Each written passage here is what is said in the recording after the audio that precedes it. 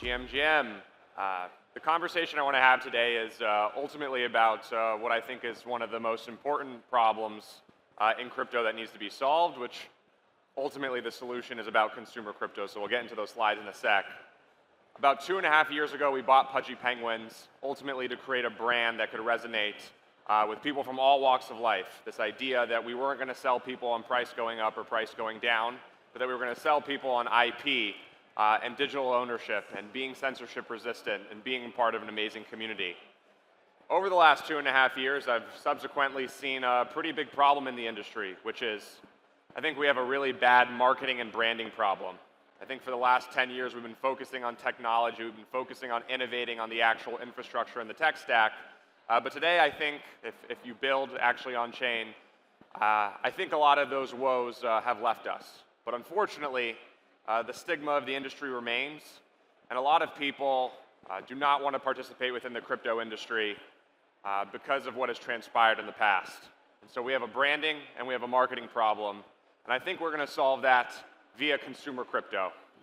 And so before we get started, I just want to give you guys a little bit of an introduction. I'm the CEO of a company called Igloo, which holds Pudgy Penguins, and another company called Abstract. Pudgy Penguins is the world's, I think, second biggest NFT project, and Abstract is going to be the consumer layer on EVM.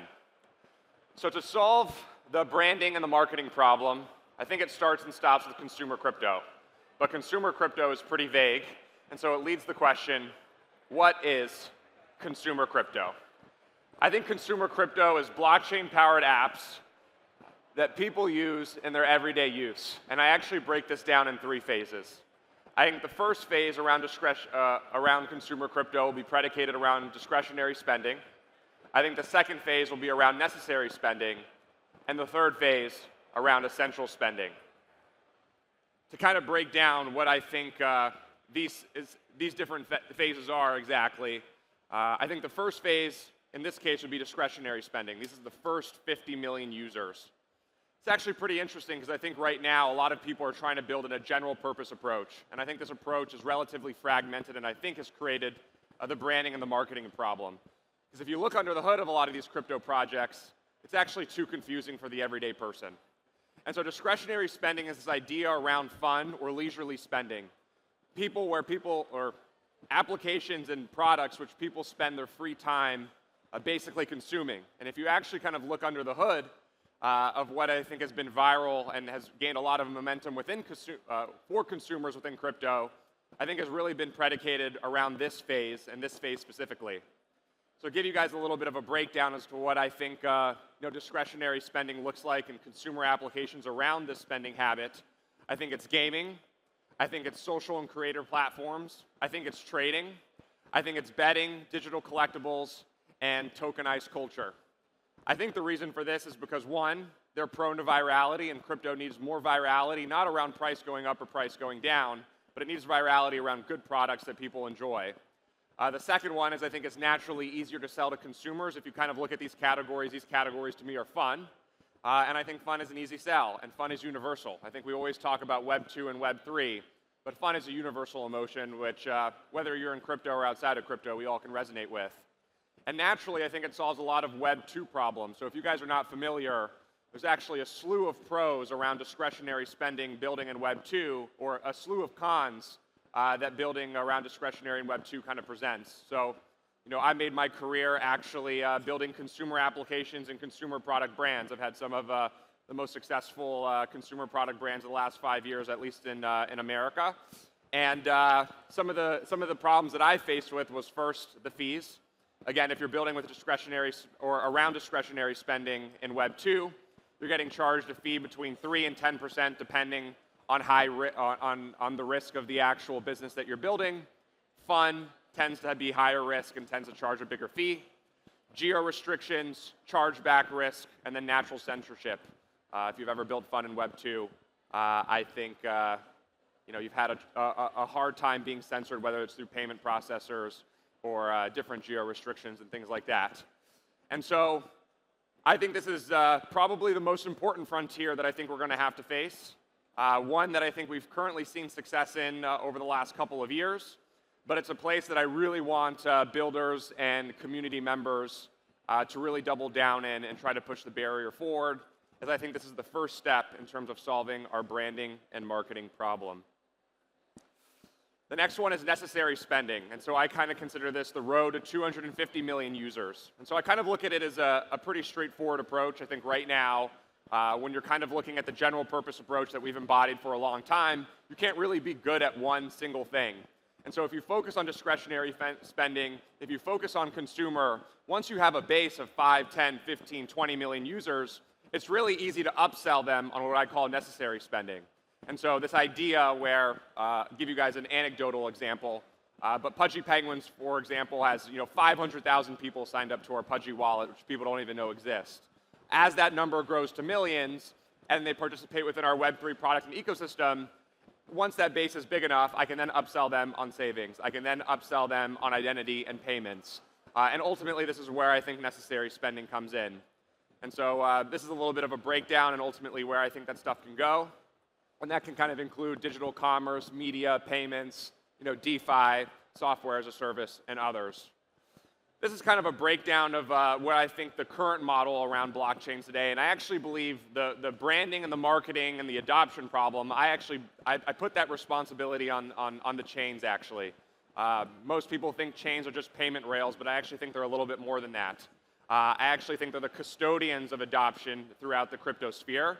And too many blockchains are building what I call a general purpose model, which, as you can see, if any of you guys are entrepreneurs, which I hope most of you are, it's a pretty big business to tackle, and it's pretty hard to do one of those things well, especially when you have so many different commitments.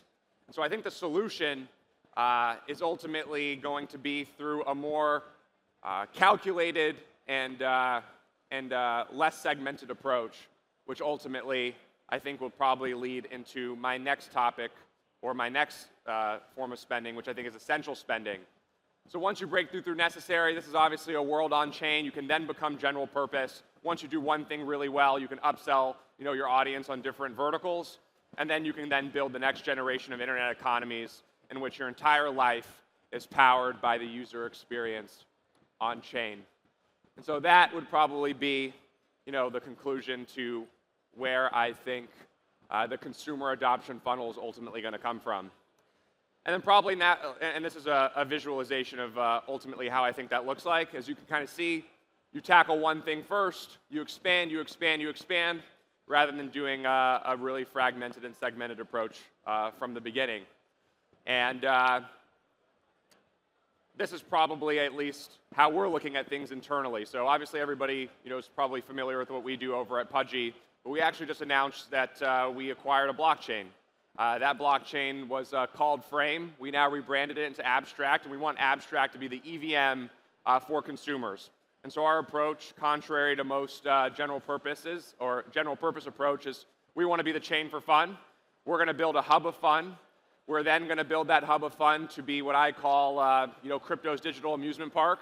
Once I grow the user base and the retention on the platform, I'm then going to expand the offerings to capture different parts of their lives. And I think ultimately, if more people start to build in this approach, this is ultimately going to solve, I think, the confusion around blockchain and crypto today, which I think is a big handicap for why we're dealing with some of the problems that we're dealing with. And this is probably my most important point. I think consumer crypto is crypto's final and most important frontier. I think with the breakthrough of the ETFs, we've broken through institutions in a way that I think is super exciting. But if I'm being frank, I think the industry is at a really interesting inflection point. If we don't break through to consumers sooner rather than later, I think our industry will be handicapped. And probably today's TAM, I think, is somewhere between 10 and 15 or $20 trillion. But if you're going to power the next generation of internet economies, I think the TAM there is upwards of $100 trillion. But you're only going to get there if you can break through to consumer. And I think to break through to consumer, you have to reposition the ethos in which you build for consumer, which right now is in the custody of blockchain. So I really encourage anybody who's building chains or building applications to build in a really consumer-first approach. One thing I like to tell builders, and I like to tell people that are building on chain, is building for Web 2 is also building for Web 3, but building for Web 3 is not building for Web 2. So certain languages like Connect Wallet never made any sense to me. It should be connect account or create account. One speaks to both Web 2 and Web 3 users. One only speaks to Web 3 users, and it's fundamentally broken in that approach. And I think where crypto is today, I think we're similar to the early 2000s. I think in early 2000s we were building infrastructure, new hot narratives were kind of things that took businesses and rewarded them on the stock market. I think today in crypto, if you raise the right round and you tap into the right narrative, you can see huge success. But I think the market is maturing to a new approach.